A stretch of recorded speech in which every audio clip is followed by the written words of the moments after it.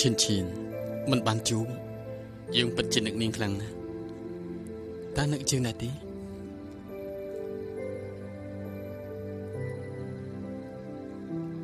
ជើងមកលើកនេះមានរឿងល្អចំប្រាំគួរទៅដឹងថាឪពុករបស់យើងអញ្ចឹងនៅក្នុងជាតិនេះអ្នកណាជាអ្នកចាប់កំណើតលោកត្រាតែជាអាចារ្យរបស់ទ្រង់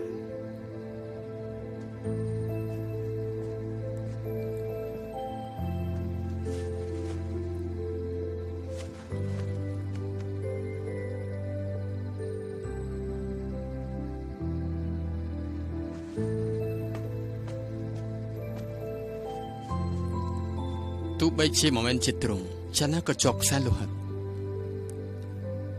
ហើយទេវតាតុងហងសំណាក់សៀយ៉ាងទេវតាតុងហងអញ្ចឹងតាបានជាហង9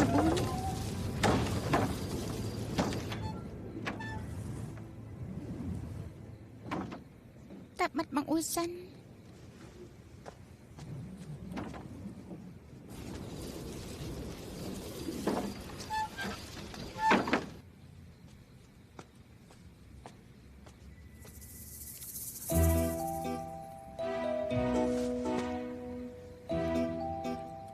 នាងចង់ដេកនៅខាងក្រៅឬមួយខាងក្នុងខ្ញុំម្ចាស់ខាងក្រោមនេះល្អជាងឈិនជប់នេះមិនថានាងដេកនៅលើគ្រែឬលើដីលទ្ធផលក៏ដូចគ្នាបើសិនជានាងប្រើយុទ្ធសិលនោះវាប្រកាសជារបួសទាំងសងខាងប៉ុន្តែជាងបិទវិជាសិលឲ្យនាងឬមួយក៏នាងនៅអៀនមុខក្រោយទៀតព្រះអង្គយេហូវ៉ាទ្រង់លែងសាយហើយមកពីខ្ញុំម្ចាស់ខ្លាចក្រែនឹងវាតូចចង្អៀតទ្រង់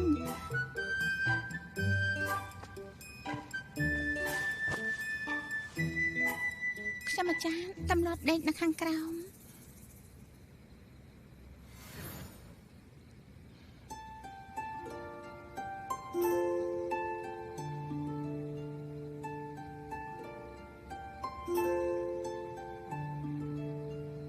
និយាយតែបន្ទប់នេះមានចាបធំមែននេះ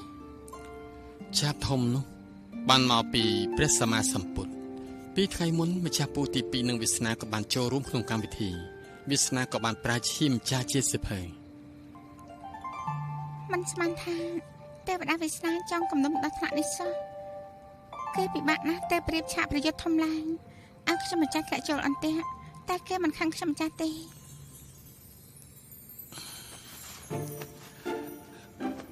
កុំបារម្ភអីចាណាក៏គេងនៅជំពាក់គុណ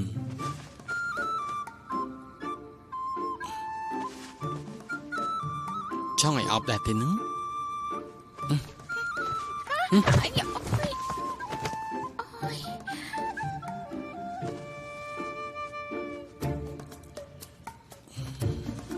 យើងដឹង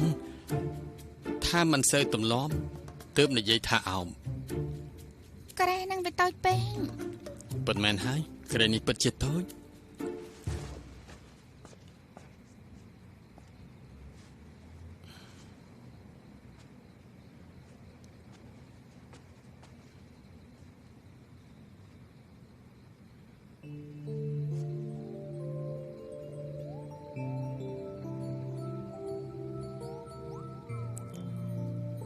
ឈិននាងស្គាល់ទេវតាស៊ីអ៊ីងដែរទីនឹងខ្ញុំម្ចាស់ធ្លាប់ឮតែមិនអាចជួបក្រែងលើថាគេហើយនឹងមកជៀនស្លាប់ព្រមគ្នាហើយតាមែនទេយើងស្មានថានាងដឹងរឿងច្រើនជាងនេះអត់ដឹងទេប៉ុន្មានថ្ងៃមុនព្រះអង្គលីជីងបានគូគំនូរូបទេវតាស៊ឺអ៊ីងហើយក៏ឲ្យកូនចៅរបស់គេតាមរកដំណឹងហើយរូបគំនូនោះក៏បានមកដល់ដៃយើងនៅពេលដែលបានឃើញគឺដូចជានាងតែងខ្លួនធ្វើជាប្រុសបែបហ្នឹង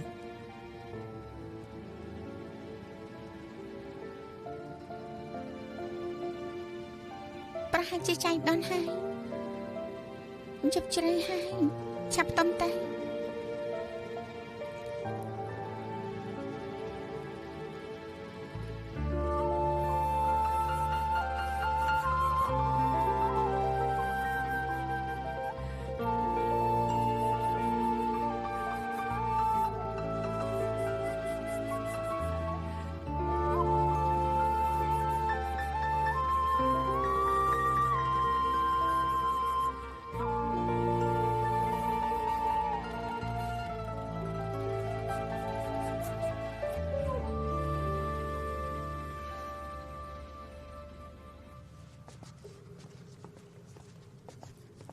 ហេព្រះបត្រាទី3ទ្រង់ទៅអង្គពិធីផ្កាពេដែរអឈិហើយសុំទោសថ្ងៃនេះមិនដឹងថាកើតអីទេក្តាស់តែរហូតប្រហែលជាមានគេនិយាយដាំលោកហើយមើលទៅនោះមិននឹងអាចទៅទេវតាដែលចូលចិត្តដើរលេងនិយាយច្រើនដូចជាទូលមកគុំមិននឹងមានដើមគេនិយាយណែចុះអាណាព្រះបុត្រាមិនក៏មិនឃើញគេពេញចិត្តនឹងទេវតាអង្គណាហើយឆ្លៀតពេលដែលគេផឹកស៊ីលួចទៅឋានកណ្ដាលមួយសន្ទុះទៀតមកវិញហើយអត់បញ្ហាទេ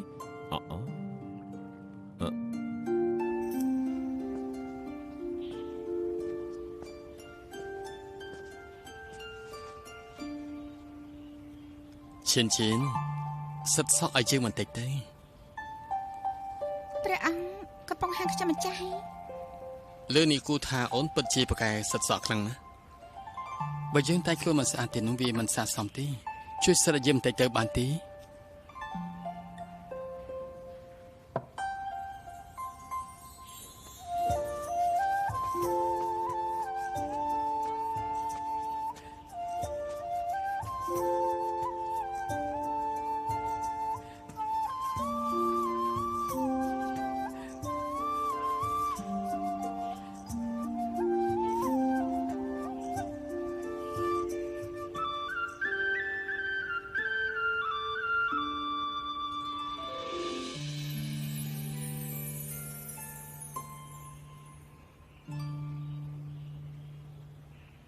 បានហើយកាលពីមុនមិនអីទេឈិនអង្កាំនេះអូនពាក់ទេពេលនេះអូនមិនខុសពីមនុស្សនៅឋានកណ្ដាលទេទោះបីជាមិនជួបគ្រោះថ្នាក់នោះក៏នៅតែអាចការពារបាន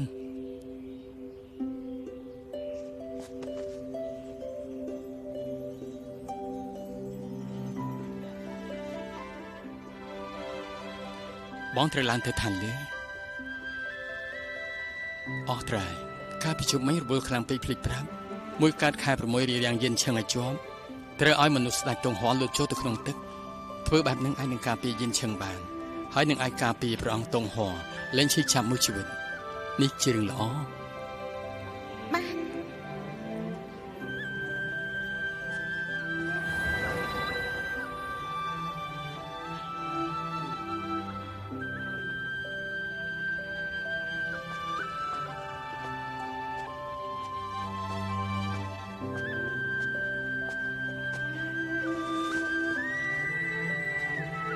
ជប់មិញគេតែធ្វើរឿងស្អីតែ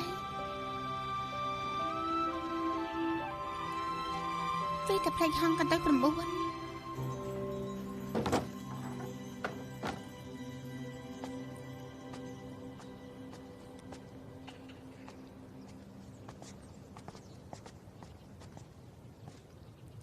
អ្នកគ្រូយើងកំពុងតែចង់ទៅរកល្មមតាមអ្នកគ្រូមកបានអ្នកគ្រូ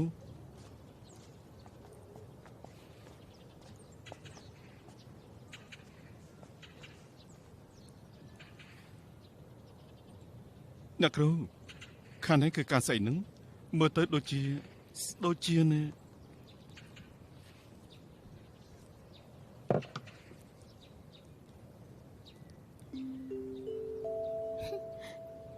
សម្រាប់តែខ្លាំងទៅប៉ុណ្ណឹងក៏ត្រង់ចាប់អារម្មណ៍ឃើញដែរធ្លាប់មានគេនិយាយថាពេលត្រង់ជាងតែណាស្រមោចក៏មិនហ៊ានជន់ពិតជាប្រពៃខ្លាំងណាស់អូត្រង់គួរដឹងថាពេលដែលដើរមិនជន់ស្រមោចមិនត្រឹមតែមានចិត្តធម៌មេត្តាតែត្រូវមានចិត្តអំណត់ចិត្តធម៌និងអំណត់មានប្រភពតែមួយបានជាអញ្ចឹងហើយថ្ងៃនេះគ្រូសាកល្បងត្រង់អំពីក្រមសីលធម៌អ្នកគ្រូសូមជើញគ្រូដឹងមកថាត្រង់វ័យ16វស្សានៅវិហាររហូតបន្ទាប់មកទៅចូលរាជវាំងគ្រូក៏មិនចង់លំបាកត្រង់សួរតែពីសំណួរទី1គឺវិហារទី2គឺរាជវាំងវិហារដែលត្រង់នៅកាលពីមុនមានដូនជាម្នាក់ស្លៀកពាក់សមានកតនាមល្បីធ្លាប់ប្រើអំបោះមួយជាប្រចាំអំបោះនោះធ្វើអំពីអ្វីអំបោះត្រង់ កំតាន់អាចឆ្លើយសួរមួយសំណួរទៀតរាជវាំងដែលត្រង់នៅពេលនេះមាននារីម្នាក់លើថ្ងាសមានខ្នៅរូបកាយកន្ទុយហង្សកន្លែងដែលនារីម្នាក់នោះស្នាក់នៅមានឈ្មោះអីគេមានឋានៈអីឆ្លើយមកអ្នកគ្រូយើងចឹងល្ងឹតល្ងងពេលដែលស្នាក់នៅក្នុងវិហារមិនដាស់លើឈ្មោះដូនជីស្លៀកពាក់ដូចជាអ្នកគ្រូបាននិយាយនោះទេចំណែកឯនារីម្នាក់ដែលនៅលើថ្ងាសមានរូបកាយកន្ទុយហង្សនោះយើងចឹងស្គាល់ច្បាស់ណាស់គេគឺជាអ្នកមនាងឈិននៅដំណាក់ហានតាមម្យ៉ាងឈ្មោះរបស់អ្នកមនាងឈិនម្នាក់នោះខ្ញុំមិនដែលលើពីមុនមកនោះទេហង្ស9មកតាមទេវតាតង់ហោះមែនត្រង់មានចិត្តអំណត់បែបនេះកម្រមានណាស់តែត្រូវដឹងថារៀនធម៌អាត្រូវអំណត់លើនឹងទៀតថ្ងៃនេះដល់ត្រឹមនឹងចុះយកក្រមសីលធម៌ដែលត្រង់រៀនបានតែប្រើប្រាស់បានអ្នកគ្រូ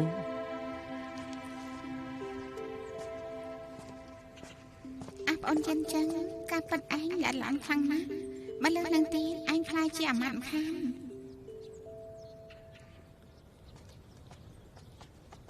អ្នកនាងខាងនេះអ្នកសចាំងមានរឿងអីទៅជួយនាំជើងទៅដំណាក់ហានតានផងចាអញ្ជើញមកតាមខ្ញុំ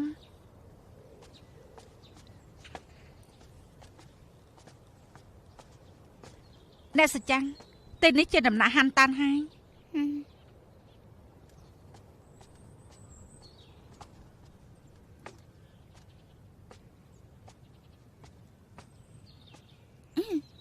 ហង្ស9អ្នកមីងមកលេងហើយអ្នកមីងអ្នកមីងសំវត្តអ្នកមីងកំណំខ្ញុំទៅណាឯណាអ្នកមីងណាខ្ញុំស្រឡាញ់គេណាអត់គេមិនបានទេអ្នកមីងខ្ញុំសំវត្តចាចិត្តក្រោយទោះជាធ្វើកោធ្វើសេះក៏បំរើអ្នកមីងដែរសូមជួយបំពេញបំណងខ្ញុំទៅអ្នកមីងខ្ញុំសំវត្តណាគេវង្វេងដាក់ថ្នាក់នេះប្រហែលជាមិនមែនមកពីមុនអង្គមពីជាតិដែលគេប្រើទេសំវត្តអ្នកមីងឲ្យខ្ញុំធ្វើកោធ្វើសេះក៏ព្រមដែរខ្ញុំសំវត្តភីលៀងគ្រីស្លាំអាចចូលទៅប្រមេ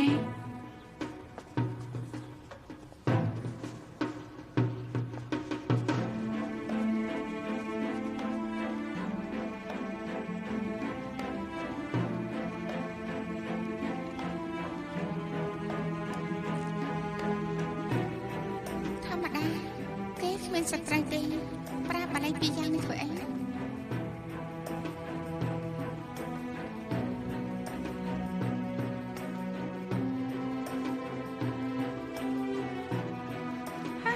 អត់ទេសំវត្តអ្នកមីងកំណំខ្ញុំទៅអីខ្ញុំចង់នៅជាមួយព្រះអង្គគ្រប់ជាតិគ្រប់ភពអ្នកមីងអ្នកមីង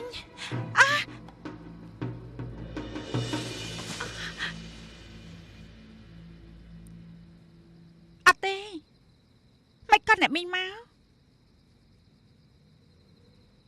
បើគាត់ដឹងថាខ្ញុំប្រាប់បលែងនោះគឺពិតជាអូកខ្ញុំទៅមិនខានទេតែខ្ញុំសង្កុនគេយ៉ាងម៉េចទេ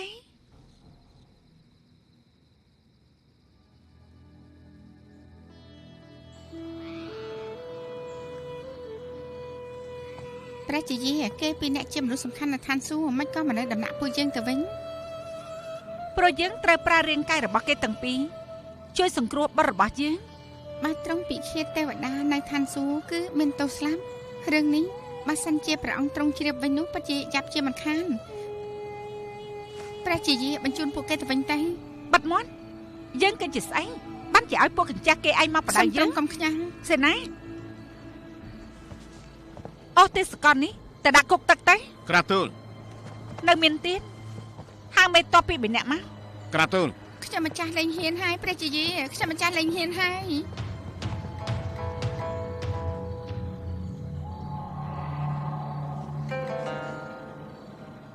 រាងកាយមួយនេះយើងពិតជាជល់ចិត្តខ្លាំងណាស់វាយបង្គំព្រះមហេសីជល់10000បន្តិចមក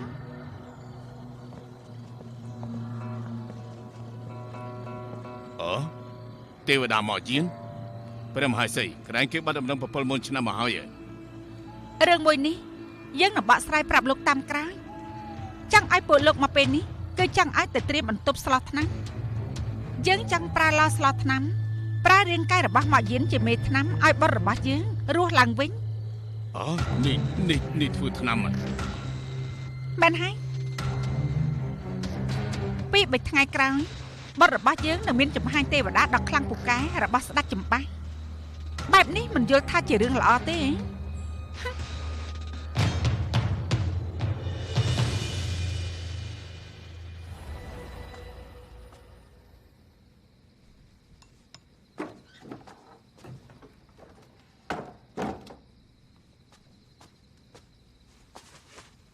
អ្នកមីងក្មួយអកតញ្ញូមកសុំទោសអ្នកមីង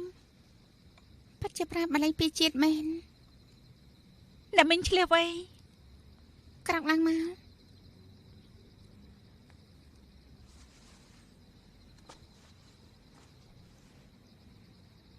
បានជាមកសងគុណ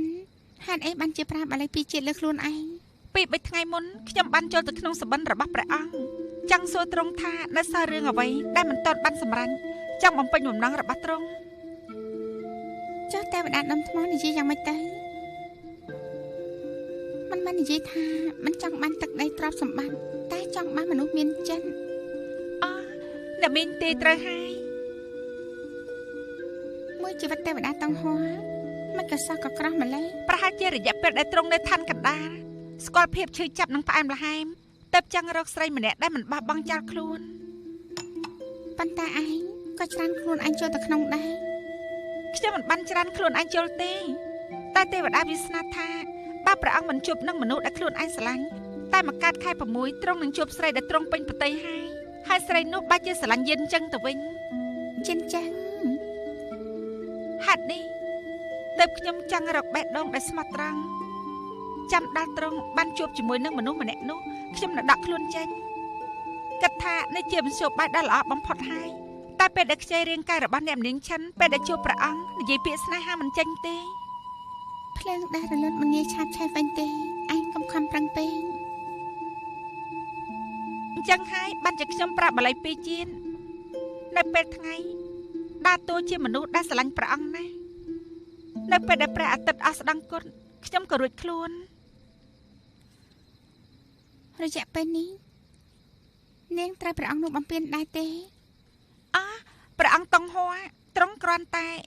ដំណាក់ហាន់តាន់តែម្ដងគុណនៅមិនយូរក៏យើងទៅបានឯងថាខ្លួនឯងទៅមើលមួយថ្ងៃដើរតួជាមនុស្សស្រឡាញ់ទ្រង់ស្ទើរស្លាប់ស្ទើររស់ព្រោះតែហេតុអីទៅខ្ញុំគ្រាន់តែយល់ថាស្រឡាញ់មនុស្សម្នាក់គឺត្រូវតែមានស្មារតីទទួលខុសត្រូវមិនអាចបញ្ចេញនៅការស្រឡាញ់នៅចំពោះមុខមានមនុស្សនៅក្បែរខ្លួនទេហើយពេលដែលគ្មានអ្នកណានៅក្បែរធ្វើខ្លួនមិនស្រឡាញ់បានហើយយើងជូនអញទៅវិញអញតែបន្តមើលថែបេះដូងស្មោះត្រង់ទៅ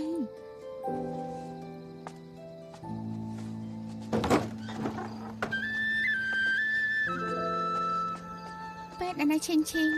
អញរស់នៅមានសេរីភាពណាស់ឥឡូវព្រោះតែគេម្នាក់នោះអញសុកចិត្តមកទីនេះចិញ្ចឹមត្រីឆ្លើយមក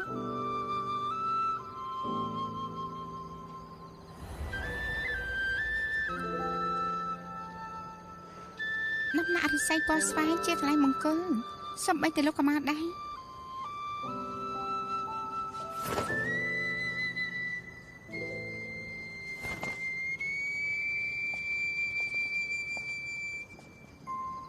មានរឿងមួយភ្លេចប្រាប់ឲ្យដឹងថ្ងៃទី2ដែលឯងទៅសមុទ្រខាងកើតនោះព្រះអង្គជាហោះបានមកព្រៃផ្កាពេះរយជើងសួរនាំរឿងកាលពី300ឆ្នាំមុនរបស់ឯងយើងប្រាប់ថាក្រោយពេលដែលសង្គ្រាមជាមួយនឹងឈិញឆាងឯងដេកលងលក់យ៉ាងយូរគេមិនបានសួរអ្វីក៏ចាចេញទេនាងច្រមុះពិធីអភិសេករវាងពួកឯងគឺមិនកណ្ដាប់ចាក់ទេប្រហែលជាមិនអាចទេល្អខ្លាំងណាស់នឹកដល់ធ្វើដៃធ្វើមហោរបស់ឯងណាពេលទំនេរឆ្លៀតទៅព្រៃផ្កាពេះផងទៅតែខ្ញុំត្រូវនៅសងគុណនៅឋានកណ្ដាលទៀតណាសងគុណអូបល័យពីជាតិដាក់លើខ្លួនឯងនោះពិតជាមិនអស់នោះទេ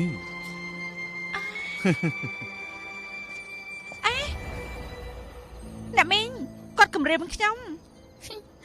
គេគំរាមឯងព្រោះតែចង់ឲ្យឯងទៅវិញធ្វើម្ហូបឲ្យគេនឹងបងទី4មែនហ្នឹងមែនហើយអ្នកមីងមកព្រោះតែរឿងអីតែព្រោះតែយិនចឹង យានចឹងគឺជាបងប្អូនជីដូនមួយរបស់ព្រះអង្គព្រោះតែមានកំហុសតែទម្លាក់មកឋានកណ្ដាលយើងមិនរៀបរាប់ច្រើនទេបានជាអានិយាយហើយថ្ងៃមួយកើតខែ6មានស្រីស្អាតធ្លាក់ទឹក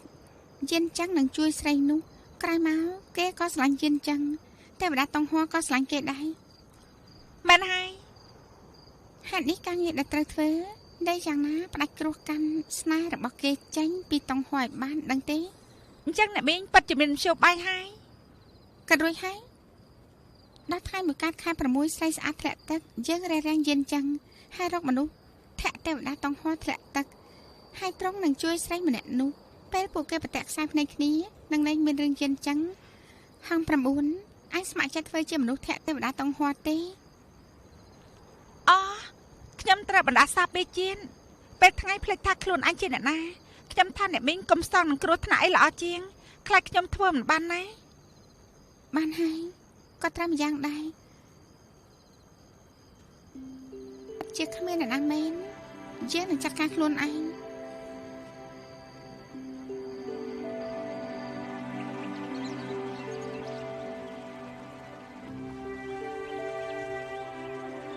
ការពិតនៅទីនេះសោះព្រោះតែរងឯងយើងទៅឋានកណ្ដាលពី3ជើងទៅហើយតោះចាំយល់ហើយទៅសមុទ្រខាងលិចសមុទ្រមែនហើយមិញទៅនោះបានជួបនៅបុត្រាពីសមុទ្រខាងលិចនៅឋានកណ្ដាលទៀតផងណាកូនសិស្សមកយានសិស្សច្បងរបស់សៀអូពិតមែនហើយបានជួបគេនៅទៀមស្រានៅឋានកណ្ដាលគេហូបបាយទៀតផងចៃដន្យមានមនុស្សរាយការណ៍អំពីឋានព្រះជង្នាគឃើញគេស្ដាប់ហើយមុខឡើងកញើរួចក៏ផឹកស្រាមិនឈប់ហើយក៏សួរគេពី3សំណួរមិនស្មានថារឿងដែលគេជឿក្បាលនោះលោកអាចជួយដោះស្រាយបានឬក៏អត់នោះទេយើងហ៎ពិតជាលោកទេវតាជឿយានតោះទៅ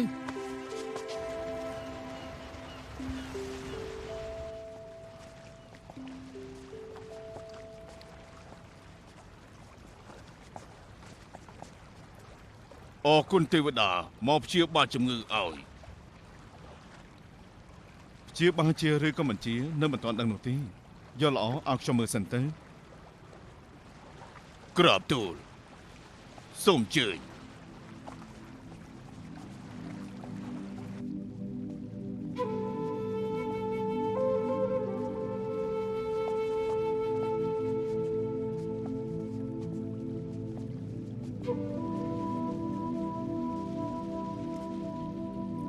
បាននិយាយទៅមានថ្ងៃមួយកាលពី600ឆ្នាំមុនរឿងកាយព្រះបុត្រាធំខមិនសូវជារឹងមាំធ្វើទុកម្ដងរាជពេទ្យដែលនៅសមុទ្រខាងលិចទាំងអស់គឺពិនិត្យយ៉ាងណាក៏រកមិនឃើញពីមូលហេតុអ្វីដែលធ្វើឲ្យឈឺដែរបានត្រឹមតែសម្លឹងមើលទ្រង់ក្អកធ្លាក់ឈាមជាច្រើនហើយក៏បានសុំអញ្ជើញឲ្យពេទ្យលួងនៅឋានសួគ៌ចុះមកជួយតែពេទ្យលួងពិនិត្យមិនបានផលអ្វីទេចុងក្រោយចេញថ្នាំពីមុខឲ្យទាចុងកុំធ្លាក់ឈាមទៀតមុនពេលដែលពេទ្យលួងចេញទៅថាជំងឺព្រះអង្គធំមិនឈឺលើរាងកាយបើមិនឈឺទៅលើរាងកាយទេគាត់បានជាពេទ្យទេវតាគឺអាចមានវិធីអ្វីទៅចុងក្រោយបានត្រឹមតែសម្លឹងជួយមិនបានទាំងអង្វរគ្រូពេទ្យនៅសមុទ្រទាំង4ចុងក្រោយនៅតែរកមិនឃើញដដែល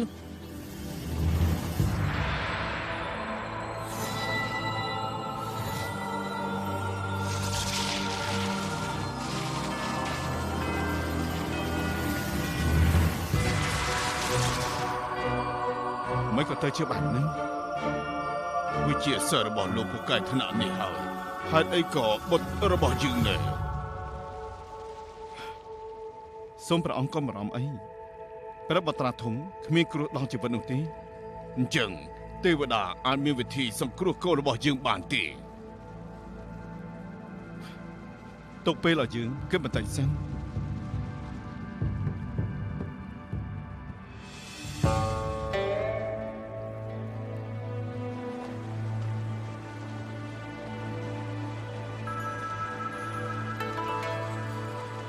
មិនក៏លោកមានទឹកមុខប្លែកម្ល៉េះជំងឺរបស់ទ្រង់ពិតជាប្លែកណាស់ទុកពេលយើងពី3ថ្ងៃចាំពេលដឹងការពិតចាំយើងប្រាប់ឲ្យដឹង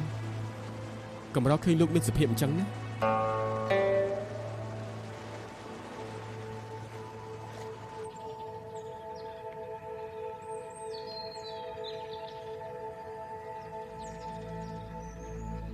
ចឹង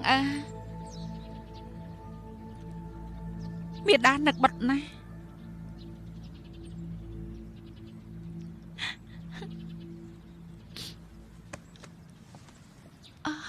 អ្នកមីងតាមជើងមក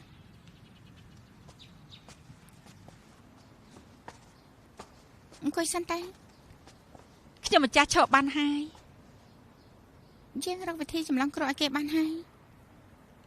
អរគុណអ្នកមីងណាមិនអីទេអង្គុយមកអង្គុយទៅ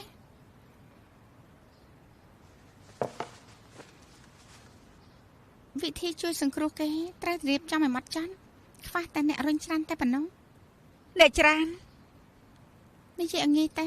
នៅថ្ងៃមួយកើតខែ6ពេលស្រីស្អាតបង្ហាញខ្លួនត្រូវមានមនុស្សម្នាក់ធាក់ព្រះអង្គទម្លាក់ទឹកល្អ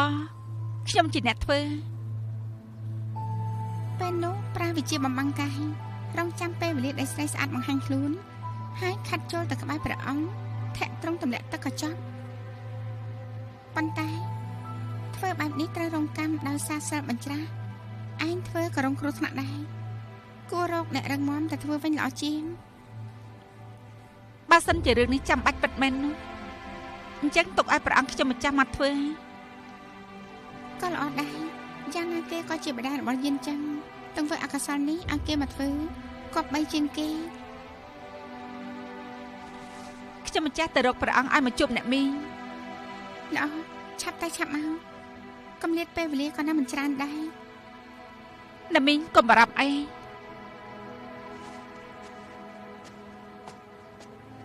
គឺទុកថាបានត្រៀមខ្លួនរួចរាល់ហើយទេវតា70000ឆ្នាំមុនលោកទទួលយកខ្ញុំ70000ឆ្នាំក្រោយលោកត្រូវមកជួបមុខខ្ញុំទៀតលោកពិតជាអ្នកមានគុណដ៏ធំរបស់ខ្ញុំពិតមែនព្រះមហេសីមុនពេលថ្ងៃលេខពិធីនឹងរៀបចំរួចរាល់ល្អណាស់អញ្ចឹងយើងក៏រងចាំពេលវេលាបន្តិចទៀត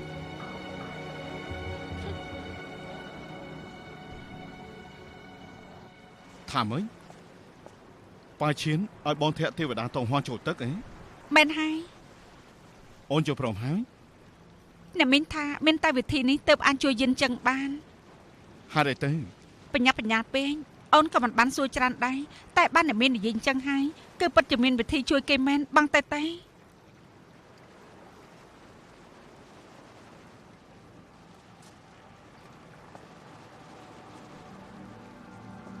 ឬមួយគេឆ្លៀតឱកាសនេះសងសឹកនឹងយើងសងសឹកអូនមិនទាន់ដឹងទេឲ្យតែប្រាវិជាសិស្សបំបីអ្វីនៅឋានកដាននោះនឹងទទួលទណ្ឌកម្មហើយគេបានជាមិនរើសអ្នកណាតែបែរជារើបងឬក៏មិនមែនទេ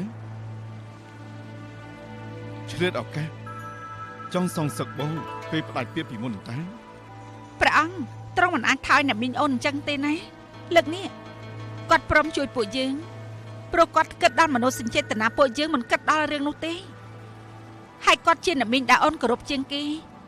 មនុស្សដូចជាគាត់គឺមិនខ្ចីឱកាសធ្វើអាក្រក់ដាក់ពួកយើងនោះទេបានអូនកុំច្រឡោតអូនកុំច្រឡោតណាមកពីបងនេះមានចិត្តចង្អៀតទាំងអស់អូនកុំអោយច្រឡោតបងទៅឋានកណ្ដាលភ្លាម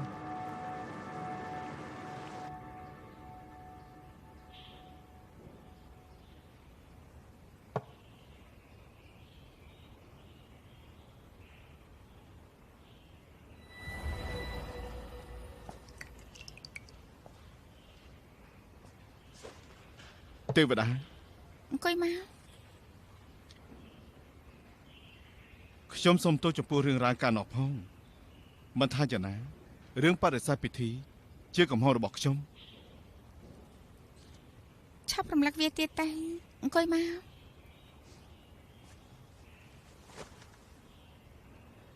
មានគេប្រាប់ទេវតាឲ្យនៅថាទេវតាមានមុខមាត់ដូចជាទេវតាសើអ៊ីងសិស្សរបស់ម៉ាក់យៀនកាលនោះខ្លាំងណាស់ខ្ញុំមាននិស្ស័យបានជួបគេម្ដងពួកលោកណែព្រះអង្គមកលើកនេះព្រោះតែរឿងរបស់ជានចឹងកុំនិយាយពីរឿងផ្សេងអីចាប់ផ្ដើមនិយាយទៅ បាទនិយាយតាមត្រង់អ្នកដែលលោកត្រូវធាក់ទម្លាក់ទឹកនោះគឺទេវតាតង់ហួរដើមឡើយរឿងនេះຕົកឲ្យប្រពន្ធរបស់លោកជាអ្នកធ្វើប៉ុន្តែគេមានផ្ទៃពោះមិនសូវសមទេអរគុណទេវតាខ្លាំងណាស់ដែលបានគិតដល់កុំគួរសមអីខ្ញុំគ្រាន់តែចង់និយាយឲ្យច្បាស់អំពីរឿងដែលត្រូវធ្វើល្អពេលថ្ងៃនោះមកដល់លោកប្រើសិលបំងកាយ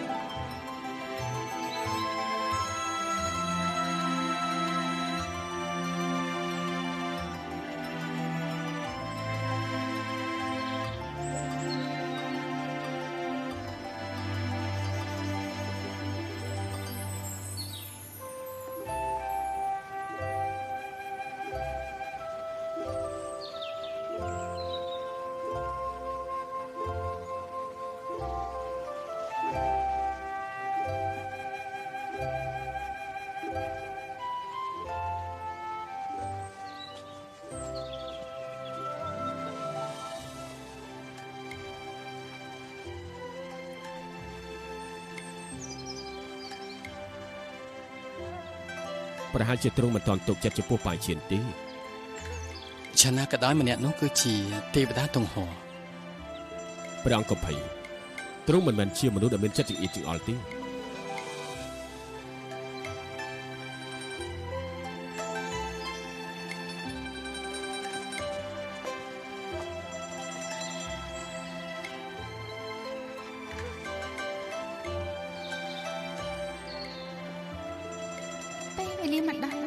ធំចិត្តបានហើយយើងឆាប់ទៅហាងជៀនចាំងសិនតែហាព្រះរាជបុត្រាមក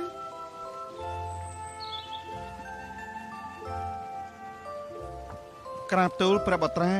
លោកសចាំងឲ្យហាងអ្នកគ្រូ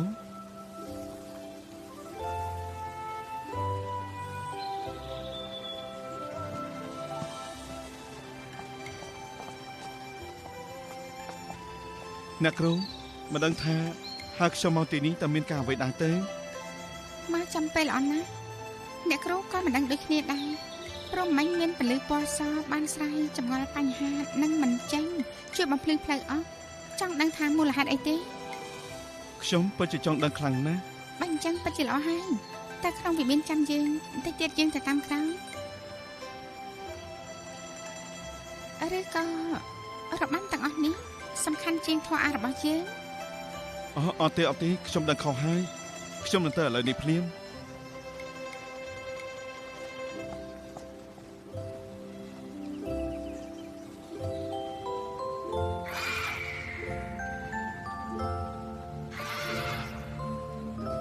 មើលណាដូចជាបាក់សៃធំ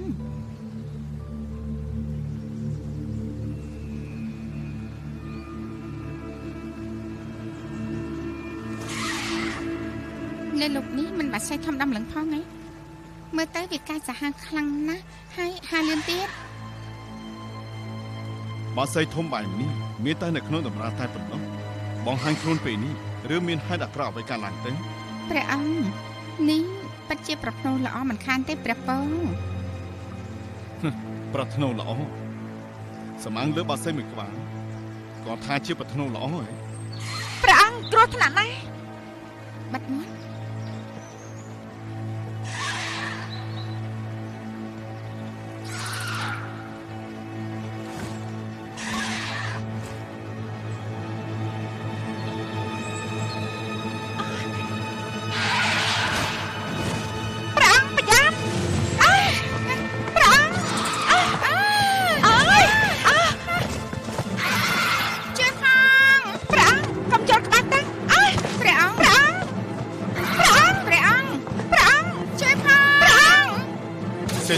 ឆាប់ទៅជួយគេព្រាមទៅ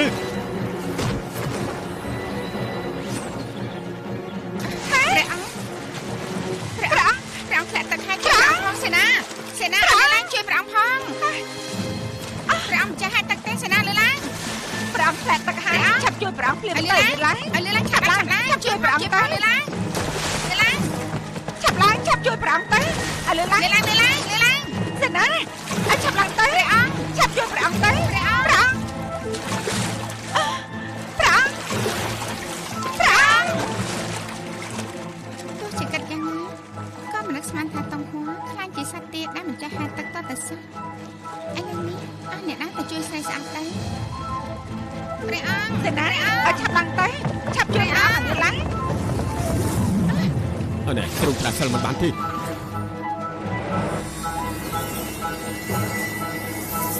សេនាលើឡើងឆាប់ជួយព្រះអង្គទៅចុះឡើងពេលនេះចាំអីហើយមានកើតអីដែរទេមិននឹងអាចមានមនុស្សធាក់ខ្ញុំម្ចាស់ទម្លាក់ទៅប្រហែលជានាងត្រូវយើងសពប្រតិខ្លាំងពេកធ្វើឲ្យពួកគេច្នៃពួកគេក៏ឆ្លៀតឱកាសដើម្បីចាត់ការនាងទៅជាហោះត្រង់ប្រាសាទអញ្ចឹងល្មើសច្បាប់ឋានលើណាឲ្យតើអូនសុខសប្បាយបងកើតអីក៏មិនអី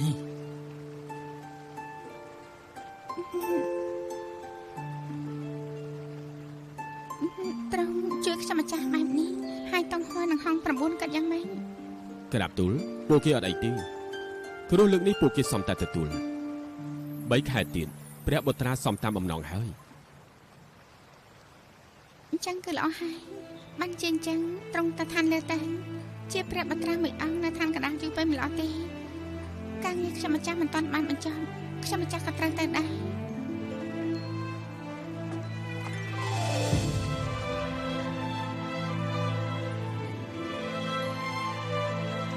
ព្រះអង្គចាំមិនចាំឆាប់តាមឡើងក្រាបទូលព្រះអង្គឆាប់តាមខ្ញុំម្ចាស់សុំបងឆាប់ដាក់ខ្លួនឡើងទៅព្រះអង្គឆាប់ដាក់ខ្លួនឡើងព្រះអង្គឆាប់ដាក់ខ្លួនឡើងទៅខ្ញុំម្ចាស់សុំបងណាព្រះអង្គនាងជួយជីវិតយើងព្រះអង្គ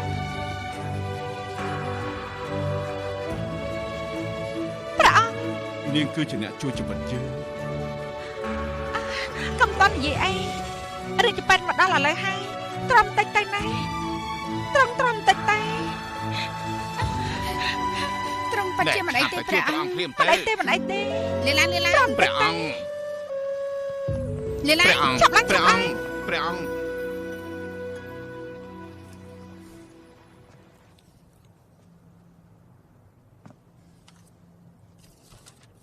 ថាម៉េចនាងចាត់ការដល់ខ្លួនឯងច្រានប៉ែជ្រៀនឲ្យធ្លាក់ចូលបឹងហាញគេគ្រោះថ្នាក់ដែរទេខ្ញុំមិនចាំមិនស្មានថាព្រះបត្រាក៏នៅក្បែរនោះហើយត្រង់បានប្រាសាលជួយដល់ប៉ែជ្រៀនព្រះនាងនេះងាយបោកប្រាស់មែនទែនឲ្យវាចេះទៅឋានកណ្ដាលបដាប៉ែជ្រៀនតែបន្តិចមិនស្មានថារឿងអាក្រក់ទៅនេះក៏នឹកឃើញធ្វើបើធ្វើសម្រេចមិនអីទេតែបែរជាបរាជ័យទៅវិញមកថ្ងៃក្រោយរាជបត្រាដេញដោលរឿងនេះឡើងមកវាព្រមមិនខានទេឯ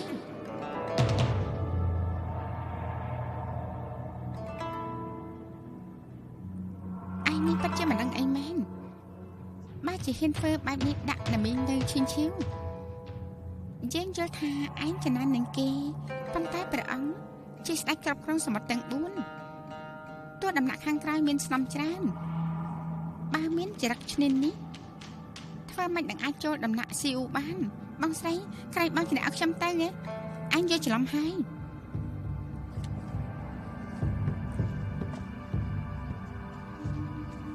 តែឯងកុំខ្លាចអីរឿងនេះមានតែយើងហើយនឹងសៀននោះដែលដឹងត្រូវជួយគ្នារកវិធីឲ្យឯងខ្លាចជាស្រីព្រះបត្រាឲ្យបានឆាប់ប្រើរឿងមង្គលក្របដណ្ដប់រឿងនេះឲ្យចិត្តការដែលបងនិយាយជាការពិតទេត្រូវហើយយើងស្រឡាញ់ឯងពិតមែនត្រូវតែជួយឯងមិនខានកុំភ័យអីណា